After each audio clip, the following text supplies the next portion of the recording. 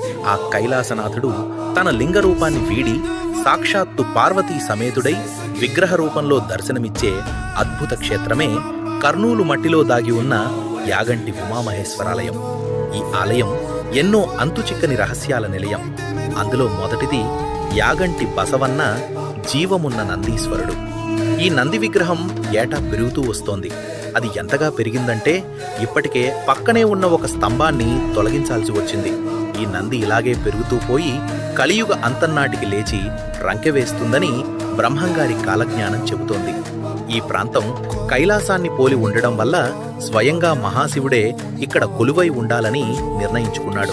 అగస్త్య మహాముని కోరిక మేరకు స్వామివారు లింగ రూపంలో కాకుండా పార్వతీ పరమేశ్వరులుగా ఏకశిలా విగ్రహ రూపంలో ఇక్కడ కొలువుదీరారు.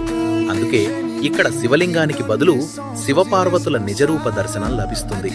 మరో వింత ఏమిటంటే ఈ క్షేత్రంలో ఒక్క కాకి కూడా కనిపించదు. అగస్త్యుడి శాపం వల్ల కాకులు ఇక్కడికి రాలేవు. ఇక్కడికి వచ్చే భక్తులకు శని బాధలు ఉండవని ప్రతీతి.